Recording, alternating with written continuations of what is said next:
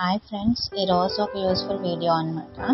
అదేంటంటే ఎక్స్పైరీ అయిపోయిన వైప్స్తోనన్నా మన వాల్స్ మీద కానీ స్విచ్ బోర్డ్స్ మీద కానీ డస్ట్ అండ్ స్టెయిన్స్ ఉంటాయి కదా, అవి రిమూవ్ చేసుకోవాలంటే ఇలా ఎక్స్పైరీ డేట్ అయిపోయిన వైప్స్ని పడేయకుండా క్లీన్ చేసుకోవచ్చు. చాలా తొందరగా క్లీన్ అయిపోతుంది అనమాట. అలాగే మనం ఎక్కువ స్ట్రెస్ పెట్టి అది క్లీన్ చేసుకునే అవసరం ఉండదు. జస్ట్ నార్మల్గా క్లీన్ చేస్తే సరిపోతుంది. చూడండి ఎంత ఫాస్ట్గా క్లీన్ అయిపోతుందో కదా.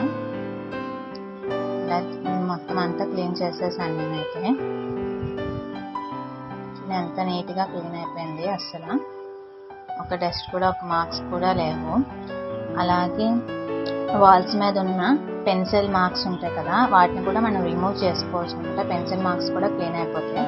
చూడండి జస్ట్ ఒకసారి వైప్ చేయగానే అది మొత్తం క్లీన్ అయిపోయింది. అలాగే కిచెన్లో ఉన్న బ్లాక్ మార్క్స్ కానీ ఆయిల్ మార్క్స్ కూడా ఇది క్లీన్ అవుతుంది అనమాట. టైల్స్ మీద వాటర్ మార్క్స్, ఆయిల్ మార్క్స్ ఉంటాయి కదా, అవి కూడా క్లీన్ చేసుకోవచ్చు మనం దీంతో.